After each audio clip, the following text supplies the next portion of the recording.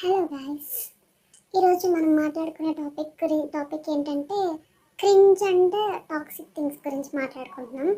So దీంట్లో ఏంటంటే కొంతమంది ఉంటారు ఏంటంటే వాళ్ళ date of birth, year of birth అనేది పుట్టిన దానికంటే కొంచెం తక్కువలోనే పెట్టుకుంటారనమాట.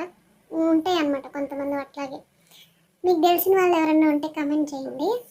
అట్లా కొంతమంది ఉన్నారనమాట నా లైఫ్లో. నేను ఇట్లా ఫేస్ చేసిన వాళ్ళు ఎప్పుడంటే భూమి పుట్టక ముందే పుట్టేసి ఉంటారు, డైనోసర్ కాలంలోనే పుట్టేసి ఉంటారు వాళ్ళు. సో అలాంటి వాళ్ళు ఏం చేస్తారంటే ఇన్ మిడిల్ ఆఫ్ సమ్ కన్వర్జేషన్స్లో ఒక హైలైట్ అవ్వడానికి ఏదో ఒకటి వాగుతూ ఉంటారు కదా కొంతమంది. అట్లా ఇలాంటి వాళ్ళు ఏంటంటే ఇయర్ గురించి తీసుకొస్తారు, బర్త్ ఇయర్ గురించి. ఈమె ఉంది చూసావా, ఈమె నాకంటే 2 years పెద్దది. నేను ఆమెకంటే చిన్నదాన్ని చాలా.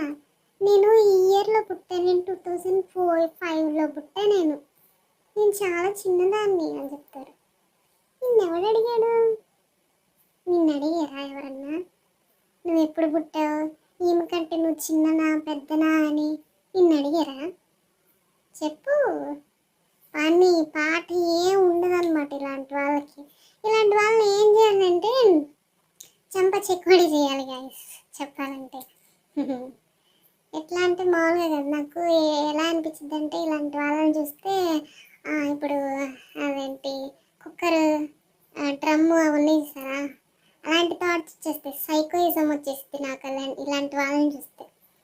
ఎందుకు? ఏమొచ్చింది నీకు?